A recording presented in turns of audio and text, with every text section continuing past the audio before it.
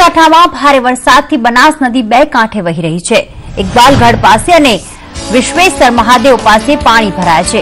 વિશ્વેશ્વર મહાદેવ મંદિર નજીક બનાસ નદી બે કાંઠે વહી રહી છે તો ઉપરવાસમાં ભારે વરસાદના કારણે નદીમાં ઘોડાપૂર આવ્યું છે। બે કાંઠે વહેતી નદીને જોવા માટે સ્થાનિકોના ટોળે ટોળા ઉમટી પડ્યા હતા તો નદી કાંઠે ઉભા રહીને સ્થાનિકો વરસાદી માહોલની મજા માણી રહ્યા હતા। નદીમાં પાણી ભરાતા ચારે તરફ પાણી જ જોવા મળી રહ્યું છે।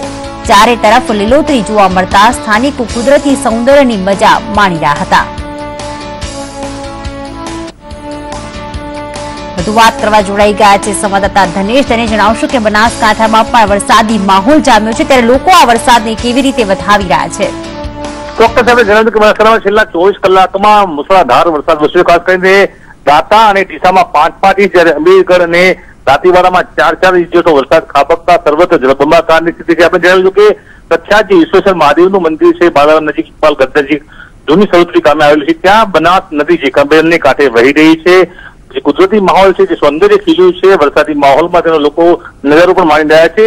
મંદિર જે છે પરિસર તેનાથી માત્ર 20 ફૂટ દૂર સુધી બનાસ નદીનું પાણી રહ્યું છે, ત્યારે લોકો આજે ખુશીનો માહોલ જોવા મળ્યો છે। પાણીથી ખાસ કરીને ખેડૂતોમાં ખુશીનો માહોલ જોવા મળી રહ્યો છે। ડીસાની આપણે વાત કરો તો ડીસામાં ગત રાત્રે પડેલા 5 ઇંચ જેટલા વરસાદમાં શ્રમજીવી વિસ્તાર રેલવે સ્ટેશનમાં 2 મકાનો ધરાશાયી થયા હતા। આખી રાત શ્રમજીવી પરિવારે પાણીમાં ગરકાવ રહ્યું હતું, ત્યારે દાંતીવાડામાં પણ નીચાણવાળા વિસ્તારોમાં પાણી ભરાય છે। આમ સર્વત્ર બનાસકાંઠામાં 14 તાલુકામાં સાર્વત્રિક વરસાદ થતા ખેડૂતોમાં લોકોમાં ખુશીનો માહોલ જોવા મળી રહ્યો છે। જી આભાર ધનેશ સમગ્ર વિગતો બદલ।